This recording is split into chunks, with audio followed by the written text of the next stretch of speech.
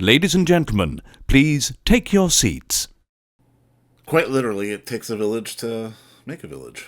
And if you're within the sound of my voice, that must mean that you're in the seats with once more. As always, my name is Dave Voigt, and I'm the host of this podcast, where we sit down with a wide-ranging variety of entertainment industry professionals and pick their brain about current projects, state of the industry, how they got started, and so very much more in light and conversational fashion. And if you like how we do things around here, I'm going to assume that you do, because let's face it, you're listening right now. If you are, please keep listening and subscribe. Hit the old subscribe button, give us a little 5-star rating in your podcast provider of choice. We're available pretty much everywhere. Places like Apple, Amazon, Spotify, Google. Plus, we archive every single one of our episodes over at our In the Seats YouTube channel. So if you can give us a like and subscribe there as well, we'd absolutely appreciate it. Also, don't hesitate to check us out on social media. We're on the Facebook, the Twitter, the Instagram, the Letterboxd, the TikTok, the Blue Sky, the Threads. There's too many. But we're there in the seats for all sorts of fun updates. And finally, and I do dare say most importantly, please pay us a visit over at intheseats.ca for all the latest and greatest from the world of film, television, basically the moving image at large. Because guess what? If we love to watch it and read about it and talk about it, we love it all that much more when you come by and read about it and listen about it. So please do us that ultimate kindness, come on by and pay us a visit. On this episode, we're back into the world of the Oscars award season, wondering what's going to win, what's going to get nominated, all that fun stuff. And we're diving into the world of Hamnet yet again, and we're talking with the set designer of that fantastic film, the one and only Alice Felton. We asked, just how she got the job and sort of, working from the source material and working with the author and with Chloe Zhao, the director, and just sort of, what they had to do to really sort of create this world and make it feel organic and natural and really true to the piece. Because I mean, in so many ways, this is a period piece that's not trying to be a period piece, quote unquote. It's trying to be something more emotional. And I mean, I think the entire team behind Hamnet really does pull this off as their recognition and run on this award seasons is obviously showing up. But obviously, if you haven't seen Hamnet, out to the movie theater, go see Hamnet. It's a fantastic piece of cinema. But first, enjoy our talk with decorator Alice Felton about crafting this world because, we had fun with this conversation, and I think you will too. All right, well, Alice, obviously, first off, I mean, thank you so much for the time, and I mean, congratulations on your work on the film. I absolutely loved it. It's one of my favorites. Thank you so much. It was an absolute pleasure to work on. Now, I mean, I guess my question is like, walk me through the early days. Like when does Chloe make the call? When do you kind of get involved in the project? So Chloe made the call to Fiona Crombie, the designer I work with, and it was really fast actually. They had a meeting and within a few days, like Fiona was working on it and I had known about it. I loved the book. And I heard it was being made. So I was like hoping and like kind of drawing it to us and hoping it would come my way. But yeah, it was quite quick from their first initial meeting to us being like all in a room together. And then Chloe's, yeah, then their process begins. Now I'm curious, because you're familiar with the book, does that help or kind of hinder the process? Well, this one really helped. So Maggie was a co-writer with Chloe, and Maggie was a huge resource to us because she did so much of the work beforehand. And often when you get a script, you don't know, they don't write all the details. You don't get that alliterative sort of decoration description, yeah. Whereas she writes, like the first time she met me, she said something so lovely. She was like, "You're a woman of my heart," because she loves the details and I love the details. So it was amazing that she had described everything and we had this access, but the producers gave us her email. And so because she had studied herbs, she had worked with birds, she had worked with bees, she had done so much for the book that if we were like, oh, what about this? Or what do you think about this? We could email, obviously not all the time. She's a very busy person, but we could email her or send stuff to her and kind of get her opinion and her thoughts. And So that was an amazing access. Love it. Now, I mean, something I really appreciate about this film is it's obviously a very emotional story. And I mean, I think what really stood out for me was that obviously the work you and your team did, it was trying to honor the period, but it wasn't trying to be a period piece, if that makes Yeah. any kind of sense.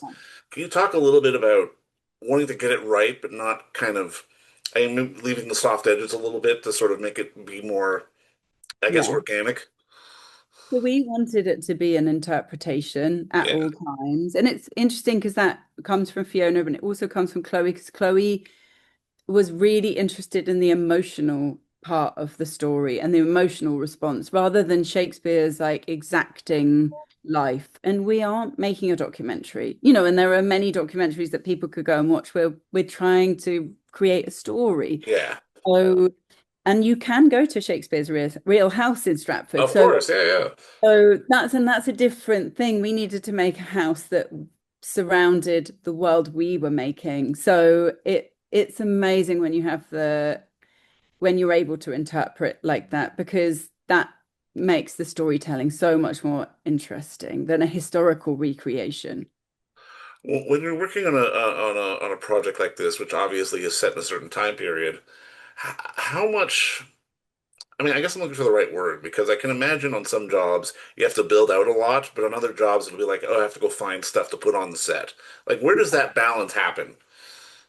So yeah, for this set particularly, we wanted it to feel very intimate, like you're in people's everyday lives. These are people that are living like in a multi-generational house. They're not really rich. We're not on a royalty, so we wanted to find moments of cooking and cleaning and, that they're just living in their house. And so that finding things was always to do with something that might be happening in there. So fireplaces, for example, are something that everyone would always be tending to, and reusing, like they'd reuse the ash. Where would they store the wood? Yeah.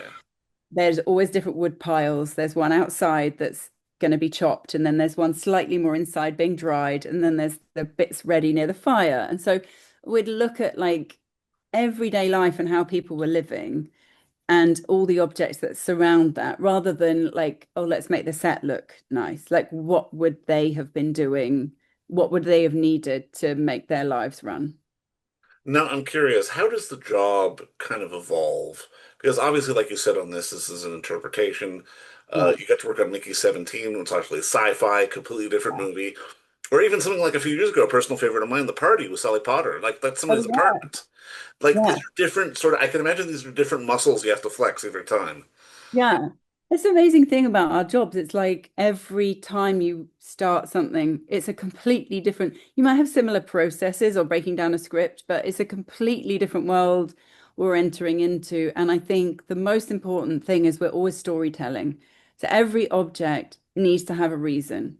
Everything that's there needs to have a thought process behind it. It's not just things in a room. It's not interior design.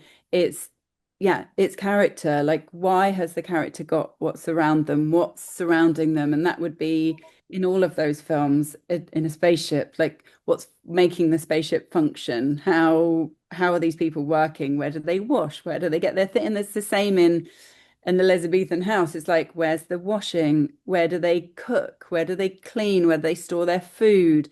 How do they live through the winter? Where do they grow their food? So it's like building stories and then the objects around them. And that's how it kind of evolves into the space and what you see. How much do you in your job have to work with actors? Because I mean, especially with Hamnet and I mean Jesse's performance as someone who's, a little different. She obviously, they think she's a witch. She's sort of not quite fitting in with the day-to-day life. I can imagine there has to be a little bit of a subtle nuance or a subtle tweak to be like, no, she would have this kind of thing as opposed to that kind of thing. Yeah. Like, where does that kind like, is there a lot of that back and forth going on? Yeah, I mean, Jessie's such a generous actor. She came in so early into set decoration. She even bought a stone from her house.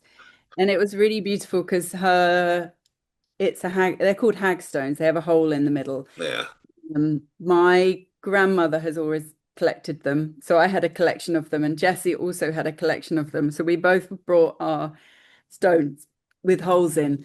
And she would come in and she would sit and write and she'd look at the books and the flowers. And it's the same with Paul. He would come and we bought multiple desks because obviously Shakespeare's desk was very important. And that's where he sits, that's where he works, that's where he thinks.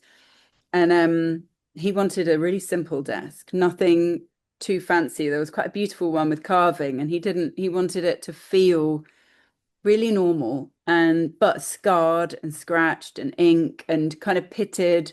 So, and then his like there's a beautiful scene in the attic where he has like he writes on scraps because you wouldn't waste a whole sheet of paper. Right. Graphics team, like if he's just having ideas, it would be on strips. And so our graphics teams worked with him and he worked with the quill and did calligraphy. So he would be in there and there would be a lot of interaction and lovely details like our action prop buyer Lizzie put a like attachment. He had leather, he had pens attached to his Yeah. costume. And you'd often carry your knife and fork with you. So they'd talk about what would be on them. I mean, they always would carry a knife. You'd eat with your knife. You'd also sometimes protect yourself with your knife. So each character would, and we'd have like show and tells for them. But both actors were very generous with their time and their thoughts and their creativity. On a job like this, where does the creative payoff come? Because I mean, on one end, like if it's a Mickey 17, it's big, it's flashy, it's science fiction, there's lights and knobs and all that kind of stuff. On something like Hamnet, it almost feels like your job is to not be noticed. Yeah, and yeah, because if you're thinking too much about the props that surround Yeah, them, I don't think we've done our job properly because it needs to be about their emotional, it needs to be about the moment they fall in love, the moment he's dying, the moment. So everything that surrounds them needs to hold them and make their actors feel like they're in that exact space at that exact moment, rather than us sitting there looking and going, "Oh, that's a nice." exactly. That knife doesn't look right. Yeah. Oh, I wonder where that's from. Is that hopefully everything around them. And again, we did that with palette. So Henley House palette was very stripped back and its color moves in as Jesse arrives and after they get married. But before that point, there's barely any color. And apart from the sort of grays and blues of Will, and we'd work with Margosha in costume and we'd work on palette and we'd work with Nicole in makeup for like, when he has pustules and we'll Yeah, yeah. all of those things. Then he's lying in his bed and like everything was hand stitched, for example, by hand. So nothing was done on a machine, but you're never going to notice that. You'd only notice it if it was wrong, I Right. hope. When he's lying down in the linen, it was all old linen and his bed that was brought down. It's if you have a close up of a bit of machine stitching, then you're going to notice. But the fact that it was all hand stitched and handmade feels very natural because that's what it would have been like. It feels like, particularly on this movie, everyone really had to sort of have a certain level of emotional involvement. I mean, obviously everyone cares about their work, but this felt a little different. And I Yeah. mean, I'm curious because obviously Hamnet's now in sort of this big awards thrush, and everyone's pushing for it to win, and this, that, and the other, and everyone's celebrating and all that fun stuff. Like, can you let yourself get swept up in that, or at the end of the day, are you just happy people have seen the movie? I think one of the great thing about the awards time is people watch the film. Right.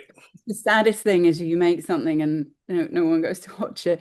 So then you just go, oh, it's amazing it has that around it because people are going to go and watch it. The voters are going to watch it. It gets counted and then people go to the cinema, it gets that, that people go to the cinema and we really want people to watch this in the cinema because of that collective community feeling. And so that's the kind of exciting part of it. And it's amazing for us, filmmakers, because we just crack on and do our jobs and we're working long hours. And it's amazing to be recognized. And it's great to talk about the work because, all of us, all set decorators, all designers, we all just, it's not that glamorous. We work really hard. And so it's amazing to kind of reflect back and be able to share.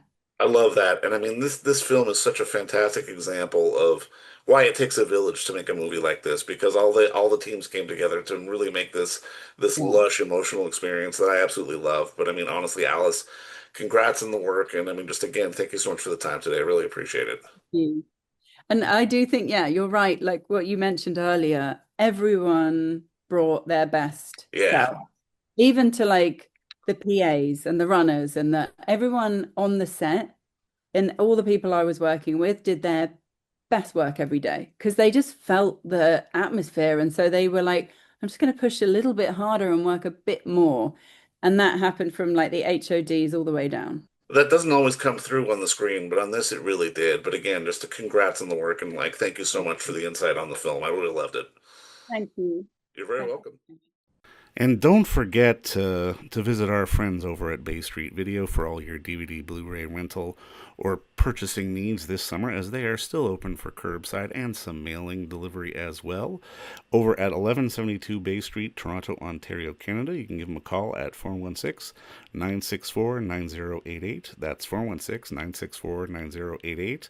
Or send them an email at baystreetvideoto@gmail.com for any of your DVD and Blu-ray needs.